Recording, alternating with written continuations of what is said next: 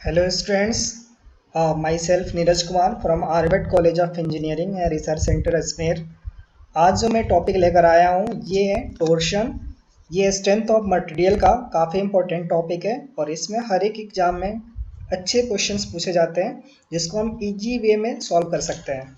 तो आइए अपन देखते हैं आज कि टोर्शन क्या होता है। और सबसे पहले अपन देखेंगे टोर्शन, यानी टोर्शन जो होता है उसको अपन बोलते हैं एक्शन ऑफ ट्विस्टिंग। यानी एक्शन ऑफ ट्विस्टिंग को ही अपन क्या बोलते हैं, टोर्शन बोलते हैं। जैसा कि अपन यहाँ पे देख रहे हैं कि जब या किसी भी शाफ्ट पे अपन ने क्या किया है, दो अपोजिट और इक्वल टॉर्क अप्लाई किया है तो इसमें क्या हुआ है, ट्विस्टिंग हुआ है। और इसी ट्विस्टिंग को, एक्शन ऑफ ट्विस्टिंग को अपन बोलते हैं टोर्शन। तो आज जो अपन देखेंगे उसमें कुछ टॉपिक्स हैं, जैसे कॉन्सेप्ट ऑफ टोर्शन और difference between torque and torsion, use of torsion equation for circular shaft, power transmitted bye shaft और रिलेटेड न्यूमेरिकल प्रॉब्लम। तो आइए अपन स्टार्ट करते हैं। सबसे पहले टोर्शन। टोर्शन जो होता है ट्विस्टिंग ऑफ अ शाफ्ट होता है, यानी किसी भी शाफ्ट का ट्विस्ट हो जाना यही होता है टोर्शन। दूसरी चीज की होता कब है कि जब अपन ट्विस्टिंग मोमेंट एक्ट करते हैं, लगाते हैं अपन किस पे, शाफ्ट पे। आप देख सकते हैं यहाँ पे अपन ने ट्विस्टिंग मोमेंट अपन ने अप्लाई किया है यहाँ पे, और यहाँ पे भी ट्विस्टिंग मोमेंट अप्लाई किया है, यानी अपोजिट डायरेक्शंस में, एक दूसरे के अपोजिट डायरेक्शंस में। तो इसके एक्सिस के अबाउट क्या होगा, ट्विस्टिंग होगा, और इसी ट्विस्टिंग को अपन बोलते हैं, एक्शन ऑफ ट्विस्टिंग को अपन बोलते हैं टोर्शन। ठीक है, आगे बढ़ते हैं अपन। अब अपन देखते हैं एक चीज और इसमें आता है, एंगल ऑफ ट्विस्ट। अब अपन देखते हैं कि एंगल ऑफ ट्विस्ट क्या होता है। तो इसके लिए मैं बता दूं, the angle through which the rotating machine element rotates और twist with respect to its free end. यानी इसके सपोज दैट अपन मान के चलें कि यहाँ पे ये वाला जो एंड है इसका, ये तो क्या है, फिक्स्ड है, और ये जो एंड है फ्री है, जिस पे अपन ने ये टॉर्क टी अप्लाई किया हुआ है। तो इस फिक्स एंड के कंप्रेशन में इस फ्री एंड का जितना भी ट्विस्टिंग होगा उसी को अपन बोलते हैं एंगल ऑफ ट्विस्टिंग। यानी जितने डिग्री से ये ट्विस्ट होगा उसको अपन बोलेंगे एंगल ऑफ ट्विस्टिंग। तो इसमें आगे अपन देखते हैं। अब अपन देखते हैं difference between torque and torsion, यानी टॉर्क और टोर्शन में क्या डिफरेंस है। तो सबसे पहले अपन डिफिनेशन की बात करें तो टॉर्क जो होता है रोटेशन इफेक्ट ऑफ फोर्स, यानी फोर्स के रोटेशन इफेक्ट की वजह से जो होता है वो होता है टॉर्क होता है।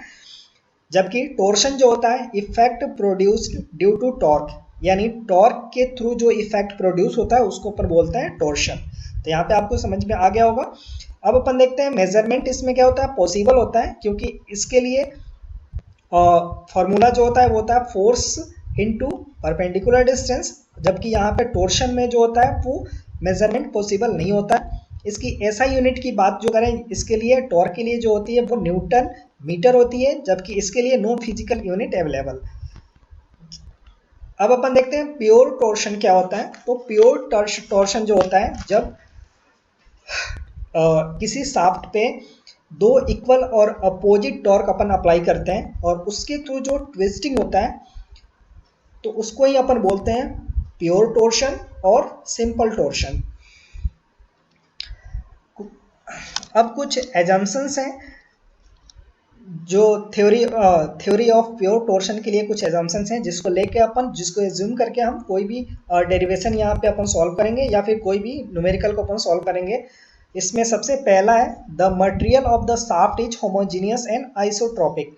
यानी शाफ्ट जो होगा टोर्शन के लिए, जो अपन शाफ्ट लेंगे उस शाफ्ट का जो मटेरियल होगा ऑलवेज अपन कंसीडर करके चलेंगे कि वो आइसोट्रोपिक होना चाहिए और होमोजीनियस होना चाहिए। अब दोस्तों यहाँ पे एक चीज़ देखना पड़ेगा कि होमोजीनियस क्या होता है और आइसोट्रोपिक क्या होता है। तो सबसे पहले बात करें कि होमोजीनियस की, तो इसमें होमोजीनियस में होता है कि इसकी प्रॉपर्टी जो होती है एवरी पॉइंट पे क्या होती है, सेम होती है। जबकि आइसोट्रोपिक में क्या होता है कि आइसोट्रोपिक में प्रॉपर्टी जो होता है ऑल डायरेक्शन में सेम होता है। यानी यहाँ पे डायरेक्शन में, ऑल डायरेक्शन में देखा जाए प्रॉपर्टी जो होता है सेम होता है, उसको अपन आइसोट्रोपिक बोल सकते हैं। और हर एक पॉइंट पे जो आप प्रॉपर्टी अगर सेम मिले उसको अपन होमोजीनियस बोल सकते हैं। अपन आगे देखते हैं कि the shaft is of uniform circular section through out its length, यानी शाफ्ट का जो सेक्शन होगा वो सर्कुलर होगा और यूनिफॉर्म होगा।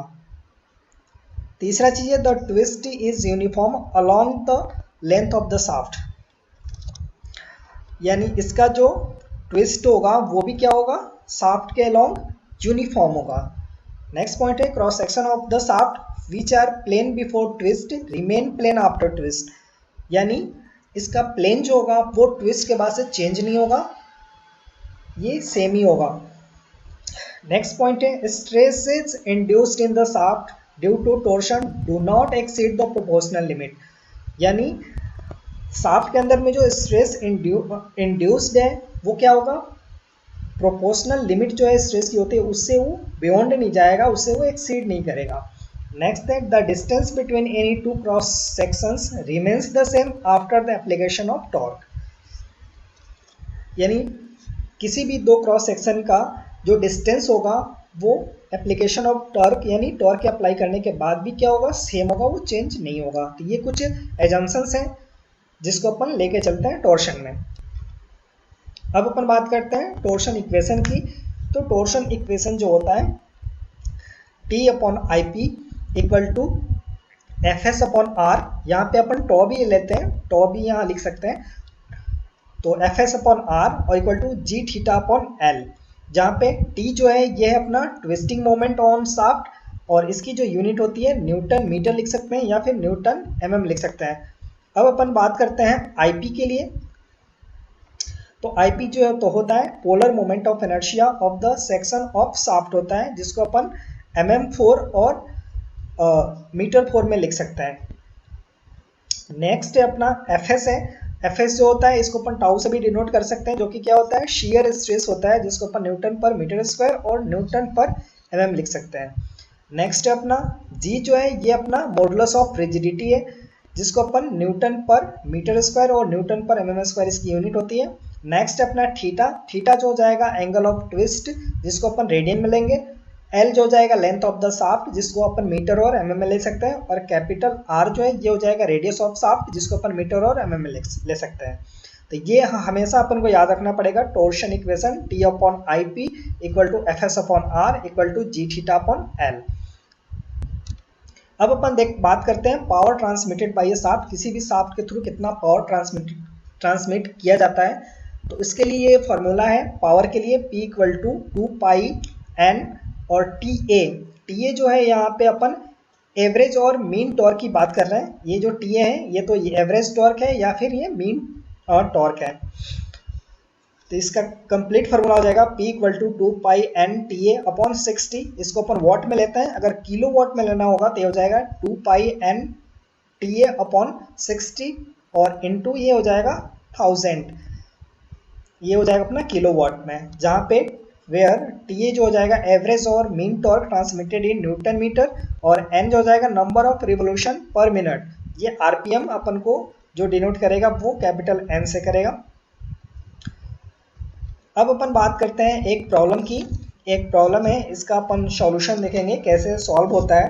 तो यहाँ क्वेश्चन जो दिया हुआ है, a solid shaft of 100 mm diameter is to transmit 150 kilowatt at 100 rpm. कह रहा find the angle of twist for a length of 5 meter if the maximum torque exceeds the mean by 40%. कह रहा है take capital G equal to 8 × 10⁴ newton per mm square. तो सबसे पहले यहाँ पे जो भी डेटा दिया हुआ है इस डेटा को अपन यहाँ नोट कर लेते हैं। सबसे पहले जो दिया हुआ है डायमीटर 100 mm, तो यहाँ पे अपन ने लिख लिया diameter of shaft capital D से अपन ने डिनोट किया, जो कि कितना 100 mm है। अब कह रहा है यहाँ पे ट्रांसमिट 150 किलोवाट, यहाँ पे पावर दिया हुआ है तो यहाँ पावर इक्वल टू 150 किलोवाट। अगर इसको अपन वाट में सिर्फ चेंज कर लेते हैं तो ये हो जाएगा 150 और इंटू 1000 वाट। और स्पीड ऑफ शाफ्ट जो दिया हुआ है जिसको अपन कैपिटल N से डिनोट करते हैं वो 100 rpm दिया हुआ है यहाँ पे, तो ये लिख लिया अपन ने। इसके बाद से अपन जानते हैं we know that previous slides में अपन ने देखा था कि वहाँ पे पावर के लिए जो फॉर्मूला था वो था 2 पाई एन टी एवरेज अपॉन 60। तो इस फॉर्मूले से अपन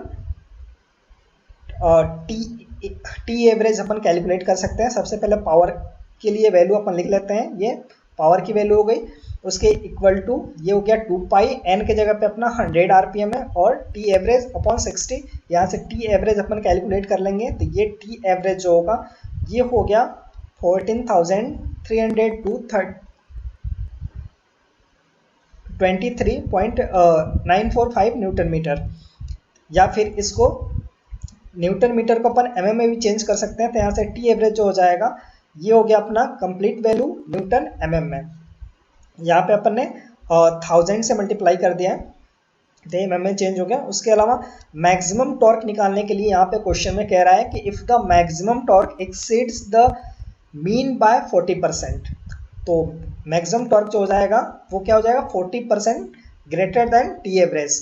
ठीक है, यानी टी एवरेज का 40%, तो ये हो जाएगा 1.4। यहाँ से 40% निकालेंगे तो 1.4 टी ए भी हो जाएगा, तो 1.4 से अपन ने मल्टीप्लाई कर दिया तो ये हो जाएगा टी मैक्सिमम, मैक्सिमम टॉर्क अपन ने यहाँ पे फाइंड आउट कर लिया कि ये होगा इसका मैक्सिमम टॉर्क जो कि न्यूटन एमएम में होगा।